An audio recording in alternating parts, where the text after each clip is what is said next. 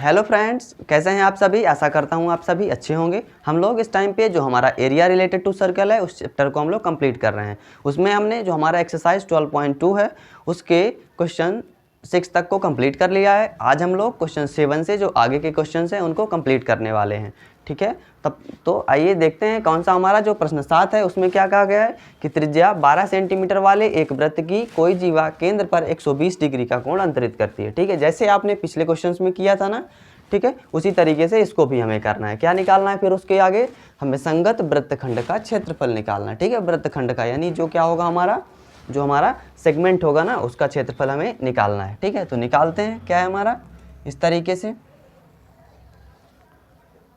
क्या बना, हमारा एक वृत्त है। क्या कह रहा है कि एक कोई जीवा है, ठीक है, इस तरीके से जो क्या कर रही है, केंद्र पर 120 डिग्री का कोण अंतरित कर रही है। ठीक है, यानी ये जो कोण है हमारा वो कितने का है, 120 डिग्री का है। ठीक है, 120 डिग्री का है। ये क्या है, ओ ए बी।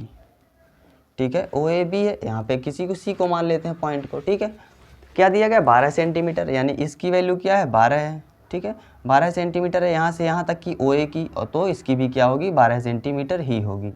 ठीक है, ये हुआ। अब क्या कह रहा है, 120 डिग्री का कोण है।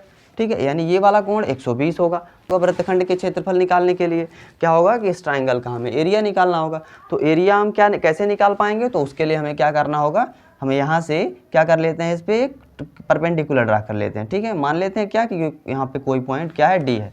जब हमने परपेंडिकुलर डाला है इसका मतलब क्या हुआ कि ये एंगल क्या होंगे, 90 डिग्री के होंगे। और क्या होगा कि जो जब ये वाले क्या है, साइड्स बराबर हैं हमारी, तो क्या होगा कि ये 120 डिग्री का अगर कोण था तो ये वाला क्या हो जाएगा हमारा, 60 डिग्री का हो जाएगा, और ये वाला भी किसका होगा, 60 डिग्री का हो जाएगा। ठीक है, यानी ये दो कोण कितने के हो जाएंगे, 60 डिग्री के हो जाएंगे। अब हमारा क्या है, ये वाला 90 डिग्री का हो गया। तो हम इस पर क्या लगा पाएंगे, पाइथागोरस थ्योरम का यूज करके हमें इस ट्राइंगल का क्षेत्रफल निकालने के लिए क्या होगा, हम कि आधार गुणे ऊंचाई हमें पता करनी होगी। ठीक है, क्योंकि त्रिभुज का क्षेत्रफल क्या होता है हमारा, 1/2 आधार गुणे ऊंचाई होता है। ठीक है, उसको हम लगा पाएंगे।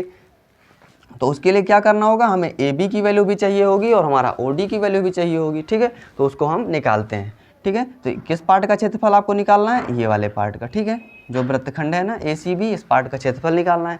तो अब हम किस में करते हैं, जो हमारा ट्राइंगल ओ ए डी है, पहले इसमें जो हमने रचना की है ना उसको लिख लेते हैं। क्या कि वृत्त की त्रिज्या जो दी गई है उसको लिखते हैं। त्रिज्या कितने की है, 12 सेंटीमीटर की है। ठीक है, और हमने रचना क्या की, रचना क्या की है कि जो हमारा जीवा है, जीवा ए बी पर केंद्र ओ से लंब डाला।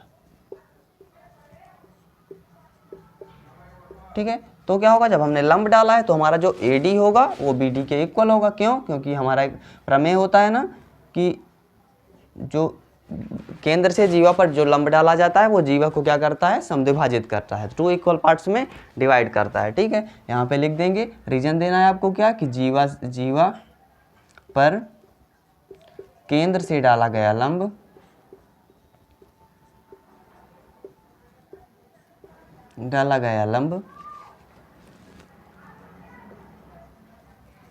जीवा को समद्विभाजित करता है, जीवा को समद्विभाजित करता है।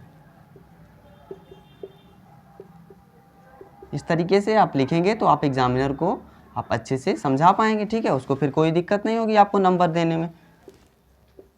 तो आप इस तरह मेंशन जरूर कर दिया करें उसके आगे जो रीजन होगा। ठीक है, A B is equal to B D होगा। ठीक है, ए बी नहीं, जो हमारा ए डी होगा ना, ए डी वो बी डी के इक्वल होगा। ठीक है, ये हुआ।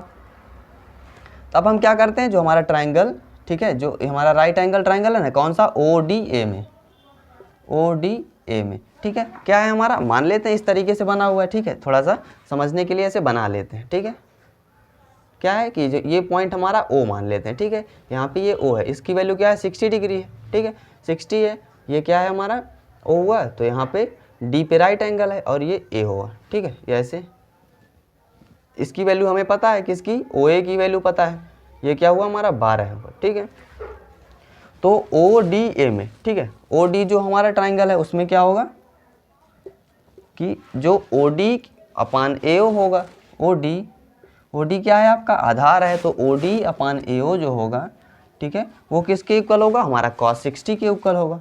ठीक है, cos 60 डिग्री के। क्यों होगा? क्योंकि आधार बटे कर्ण किसका होता है? cos थीटा का होता है ना। तो ये हुआ हमारा, ठीक है। तो यहाँ से हम क्या कर पाएंगे कि AO की वैल्यू रखते हैं तो OD का मान निकल आएगा हमारा। अब मान रखते हैं क्या है हमारा कि OD अपान AO है, ठीक है। तो OD का मान क्या करना है? हमें निकालना है। AO का मान हमें पता है 12 है। और cos 60 जो होता है उसकी वैल्यू क्या होती है? हमारा 1/2 होती है, ठीक है। तो यहाँ से OD का मान क्या आएगा? 12/2, यानी क्या आया? 6, ठीक है। OD का मान क्या आया? 6 सेंटीमीटर आ गया, ठीक है। ये हुआ। अब यहाँ से फिर हम क्या करते हैं? फिर इसी ट्राइंगल में आते हैं। क्या होगा हमारा कि जो AD अपान AO होगा वो किसके इक्वल होगा? वो साइन थीटा के इक्वल होगा। AD अपान AO साइन 60 के इक्वल होगा, ठीक है।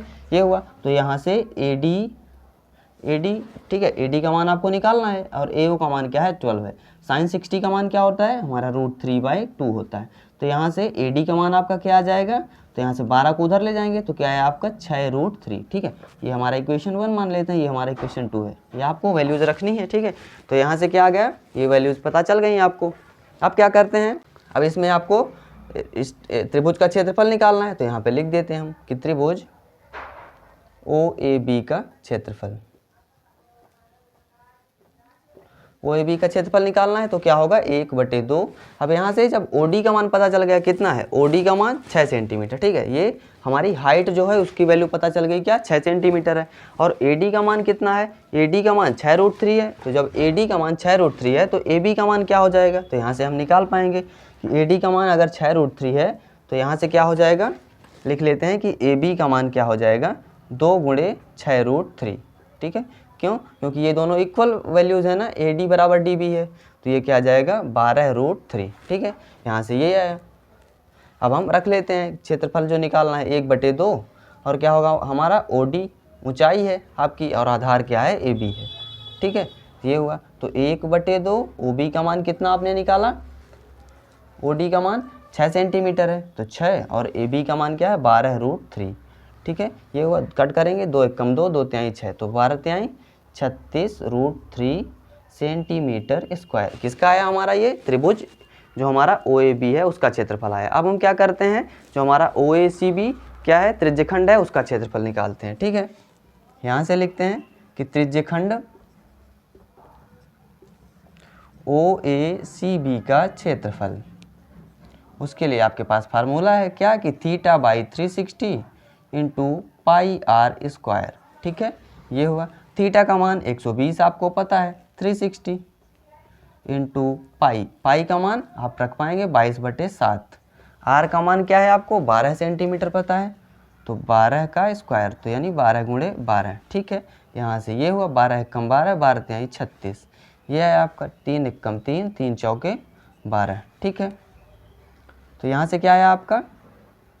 कट करेंगे अब आप, तो 22 × 4 × 12, ठीक है।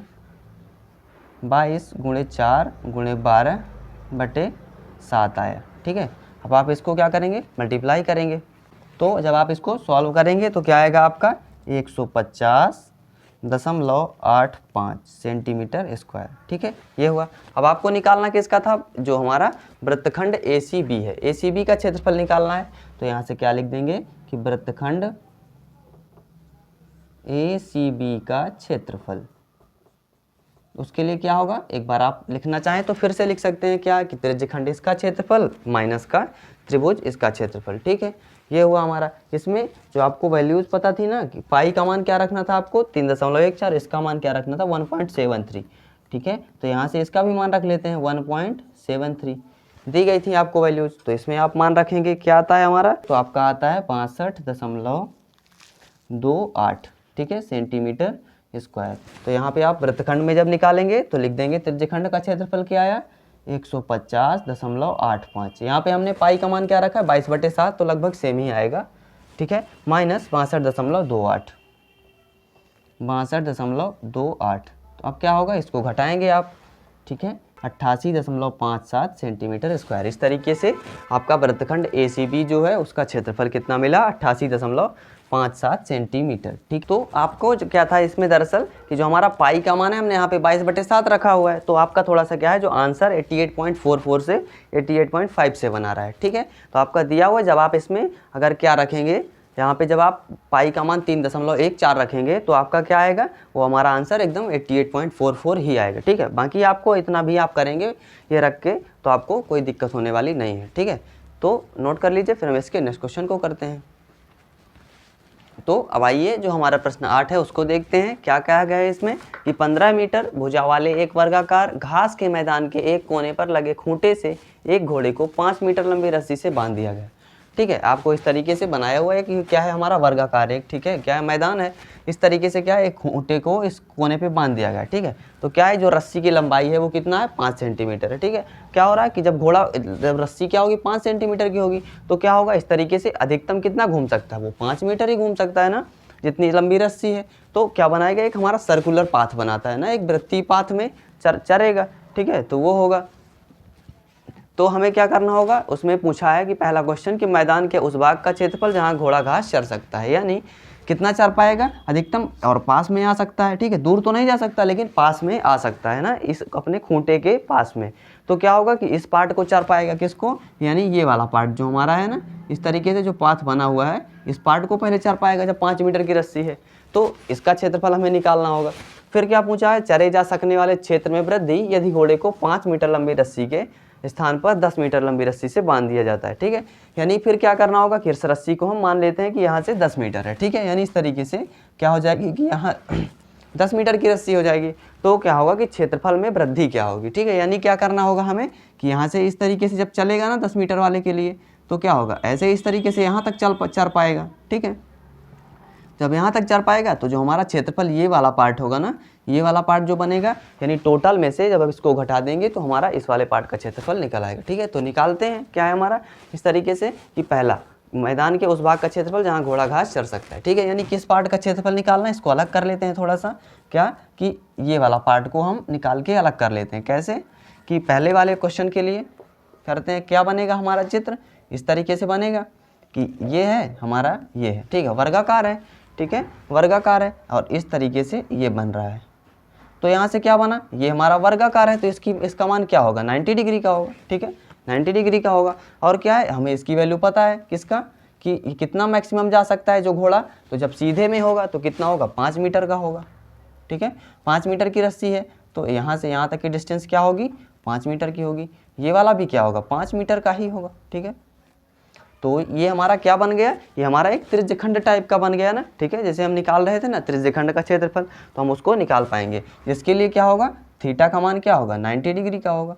ठीक है, थीटा का मान 90 डिग्री और रेडियस भी हमें पता है क्या है, 5 मीटर है। ठीक, तो यहाँ से हम निकाल पाएंगे। ठीक है, इस तरीके से यहाँ से इस पार्ट का क्षेत्रफल हमें निकालना है। ठीक है, तो लिख पाएंगे कि जहाँ घोड़ा घास चर सकता है उस भाग का क्षेत्रफल, नाम दे देते हैं कि इसको कुछ, ओ है, ये हमारा ए है, ये हमारा बी है, ए क्षेत्रफल ए ओ बी। तो ये क्या है, त्रिज्यखंड टाइप का है, तो हमारा क्या फार्मूला होगा, theta upon 360 into pi r square. ठीक है, तो थीटा का मान क्या है, 90 डिग्री है, अपान 360 रखते हैं, और पाई का मान क्या दिया गया, हमें बोला गया ना यहाँ पे कि पाई का मान 3.14 ही रखिए। ठीक है, 3.14 इंटू आर का मान क्या है, 5 है, तो 5 का स्क्वायर होगा। ठीक, यहाँ से कट करते हैं, 9 1 9 9 चौके 36, 4 से इसको कट कर देते हैं तो क्या है, 4 0.4 7 28 3 31 होता है।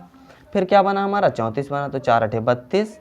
ठीक है, 32 2 34, तो फिर क्या बना, 4 5 20 0.785। ठीक है, इसको कट कर देते हैं, क्या बचा हमारा 0.785 इंटू 5 5 25 आ गए। ठीक है, इसको गुणा करेंगे तो क्या आएगा, 25 5 125, 12 हुआ, 25 8 200 में 12 जोड़ेंगे तो 212 हुआ। ठीक है, 212 हुआ, तो यहाँ से 2 आया उसका, तो फिर क्या बचा हमारे पास 21।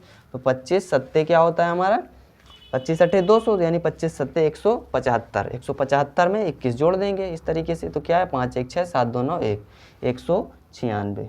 ठीक है, ये आया, कितने डिजिट पे है, 3 डिजिट पे दशमलव है, तो 19.625 सेंटीमीटर स्क्वायर। ठीक, तो ये हमारा पहले घोड़ा कितने एरिया में चर पाएगा, तो 19.625 क्या मीटर में दिया हुआ है ना, तो हम इसको क्या करेंगे, मीटर का स्क्वायर। ठीक है, इतने क्षेत्रफल में चर पाएगा। अब क्या है, दूसरे भाग का निकालते हैं।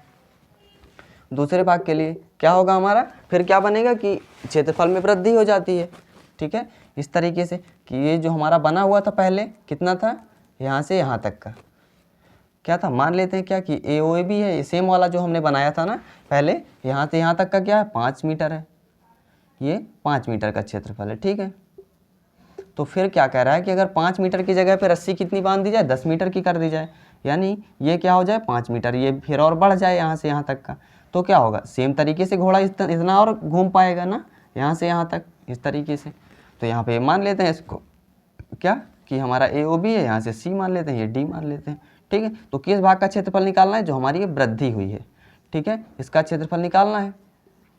और हमें इसका क्षेत्रफल तो पता चल गया ना, ए ओ बी भाग का क्षेत्रफल पता चल गया, ठीक है। तो अब क्या करेंगे हम कि हम इसमें निकाल लेते हैं किसका, सी ओ डी भाग का क्षेत्रफल, ठीक है। तो यहाँ से लिखते हैं कि क्षेत्रफल सी ओ डी, सी ओ डी के लिए क्या होगा हमारा क्षेत्रफल, सेम तरीके से ऐसे लगाएंगे क्या कि थीटा, तो थीटा का मान तो सेम ही होगा, 90 डिग्री ही होगा, ठीक है, 90 डिग्री होगा, तो theta by 360 into pi r square.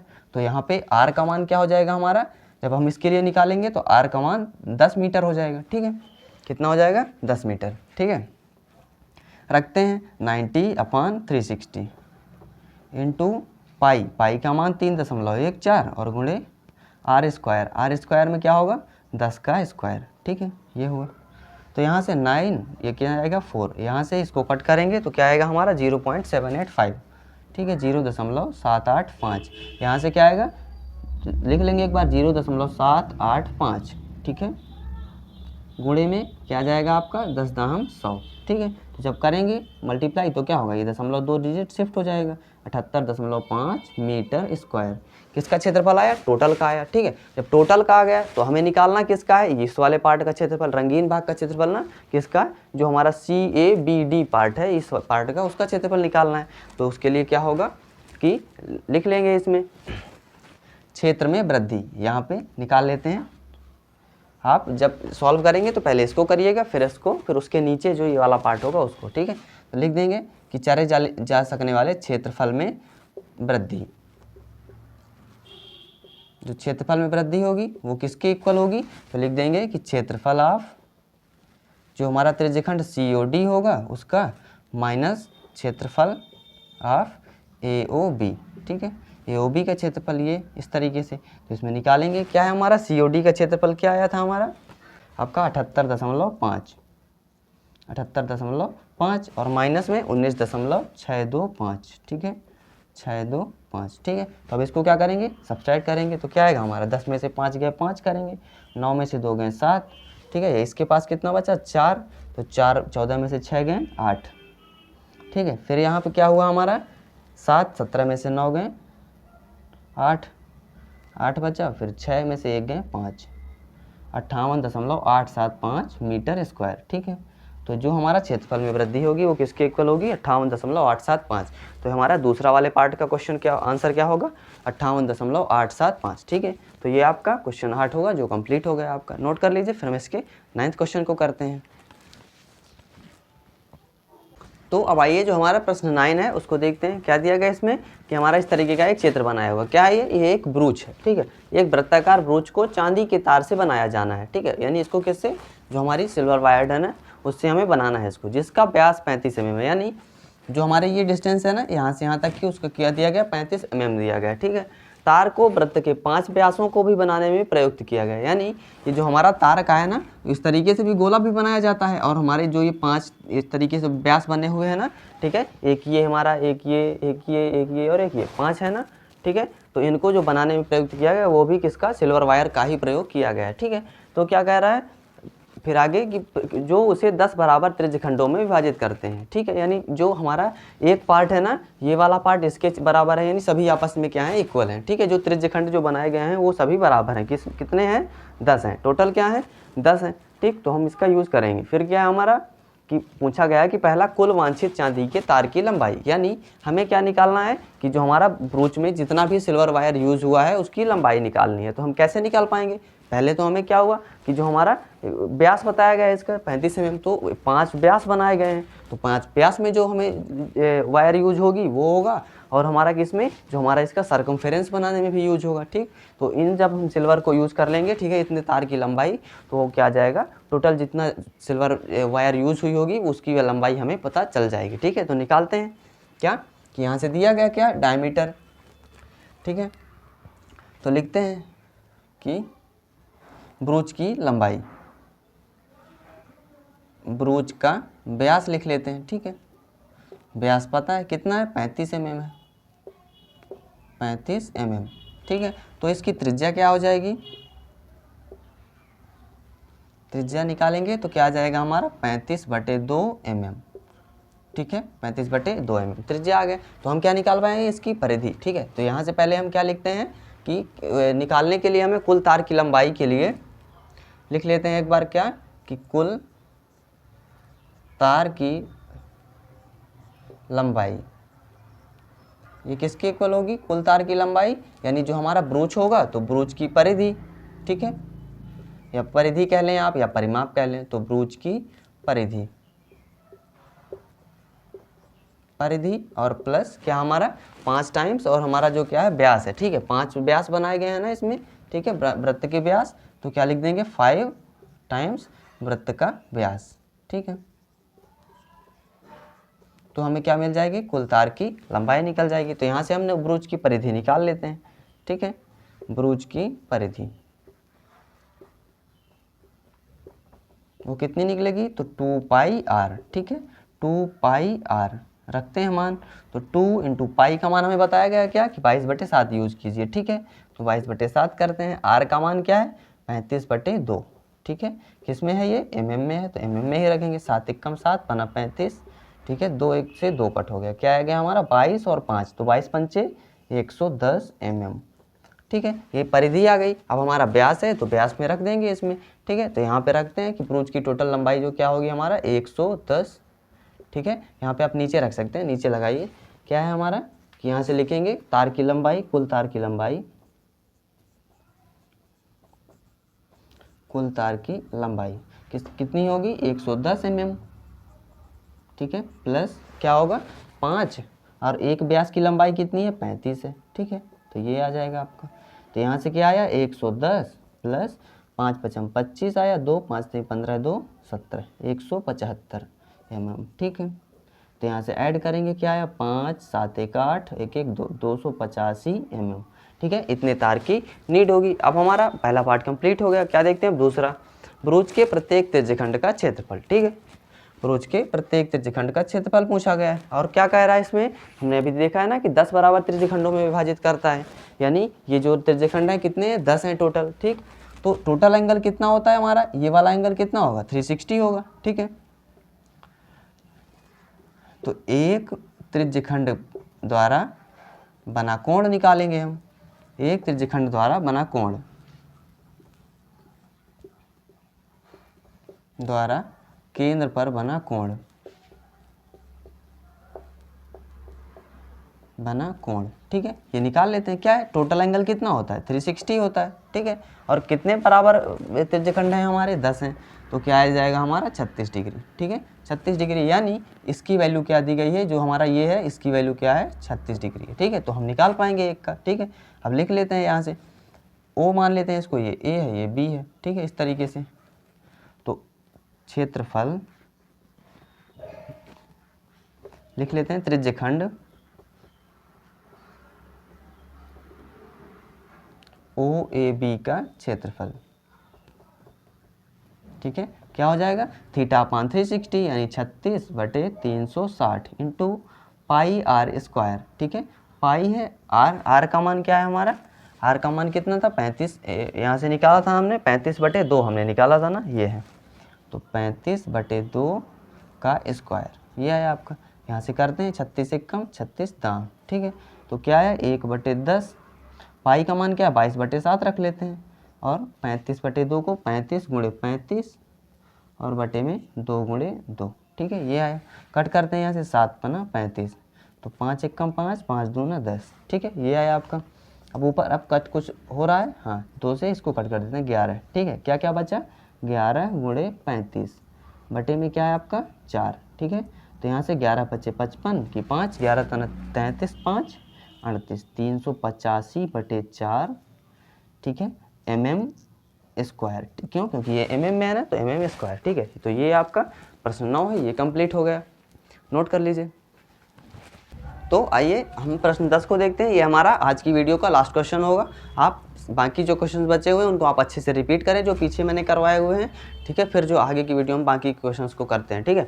तो इसमें अभी देखते हैं क्वेश्चन 10 को, क्या कि एक छतरी में 8 ताने हैं जो बराबर दूरी पर लगाए गए हैं। यानी ताने किसको कहते हैं? ये हमारा जो ये वाले पार्ट होते हैं ना, ये चीज़ें, ये क्या होते हैं? ताने। 1 2 3 4 5। अब जब 5 हैं तो 3 पीछे भी होंगे ना, यानी 8 ताने लगे हुए हैं। इनको क्या कहते हैं? ताने कहते हैं, ठीक है। तो क्या कहा गया है कि छतरी को 45 सेंटीमीटर त्रिज्या वाला एक सपाट वृत्त मानते हुए, यानी क्या बताया गया है कि यानी इस तरीके से क्या करते हैं, हम इसको प्रेस कर देते हैं ना, तो ऊपर से मान लेते हैं, इसको हटा के प्रेस करेंगे तो इस तरीके का एक सर्कल बनता है, जिसमें क्या बताया गया है कि जो त्रिज्या है ना, यहाँ से यहाँ तक की जो डिस्टेंस है वो कितना है? 45 सेंटीमीटर है, ठीक है, को बना दिया गया। तो इसकी दो क्रमागत तानों के बीच का क्षेत्रफल ज्ञात कीजिए, यानी इस पार्ट का क्षेत्रफल हमें निकालना है। किसको? इस पार्ट का, ठीक है, किन्हीं दो क्रमागत तानों के, ठीक है, बीच का क्षेत्रफल निकालना है। तो ये हम कैसे निकाल पाएंगे? हमारा त्रिज्यखंड है ना, ठीक है। हम क्या करें? कोण की वैल्यू पता कर पाएंगे और त्रिज्या हमें पता है, तो क्या होगा? हम इसके क्षेत्रफल को निकाल पाएंगे बड़े ही आसानी से, ठीक है। यानी इस पार्ट का क्षेत्रफल, छतरी में ऐसा माने तो हमारा इस तरीके का क्षेत्रफल, इस पार्ट का क्षेत्रफल निकालना है, ठीक है। ये हुआ। तो मान लेते हैं क्या कि त्रिज्या लिखते हैं पहले, कि त्रिज्या कितना है हमारा? 45 सेंटीमीटर है, ठीक है, 45 सेंटीमीटर है। अब हमें क्या निकालना है? कोण निकालना है। इस पार्ट की, इस कोण की वैल्यू निकालनी है। तो टोटल कितना होता है? 360 होता है, ठीक है। कुल कोण कितना होता है? 360 का होता है, आप इसको लिख सकते हैं, ठीक है। तो क्या होगा? दो क्रमागत तानों के बीच का कोण, दो क्रमागत तानों के बीच का कोण, ये आपको निकालना है। तो क्या होगा कि कितने कुल ताने हैं? 8 ताने हैं ना, ठीक है। 8 ताने बनाए हुए हैं इस तरीके से, 1 2 3 4 5 6 7 और 8 है ना। कुल कोण कितना है हमारा? 360 डिग्री का, और 8 इक्वल पार्ट्स में डिवाइड किया गया, तो 8 से भाग दे देंगे। तो क्या होगा हमारा कोण? 8 चौके 32, 4 36, 40 बना, 8 पंचे 40, तो कितना हुआ? 45 डिग्री का कोण बना, ठीक है। तो अब हम निकाल पाएंगे। मान लेते हैं क्या कि ये त्रिज्यखंड O है, ये A है और ये B है, ठीक है। तो यहाँ पे इस कोण की वैल्यू पता चल गई है आपको, क्या है कि ये हमारा 45 डिग्री का है। सभी क्या है? 45 डिग्री के हैं। ये भी 45 का है, सब क्या है? 45 डिग्री के हैं। तो लिख देते हैं क्या कि त्रिज्यखंड OAB का क्षेत्रफल, ठीक है। तो क्या होगा हमारा? θ/360 इंटू पाई आर स्क्वायर, ठीक है, ये होगा। थीटा का मान क्या है हमारा? 45 डिग्री है, 45/360 गुणे पाई, ठीक है। तो पाई का मान आपको क्या कहा गया है इसमें? आप 22/7 यूज करेंगे, ठीक है, 22/7 यूज करते हैं। जब नहीं दिया होता है तो क्या करते हैं? 22/7 यूज करते हैं। आर स्क्वायर, आर का मान क्या है? 45 है, तो 45 का स्क्वायर, ठीक है। रेडियस का मान हमें पता है, तो यहाँ से करते हैं, कट करेंगे तो क्या आएगा? 45 से कम, ठीक है, क्या होता है ये? 45 अट्ठे, ठीक है। यहाँ से क्या आएगा? 8 आ जाएगा। यहाँ से हमने अभी किया था ना 45, ठीक है, तो 8 आया। तो ये क्या बचा ऊपर से? 22 गुणे 45 गुणे 45 बटे 8 गुणे 7, ठीक है। इसको कट कर सकते हैं। और आपका क्या आता है यहाँ से? 2 चौके 8, 2 11, ये हुआ। यहाँ से 45 का स्क्वायर क्या होता है आपका?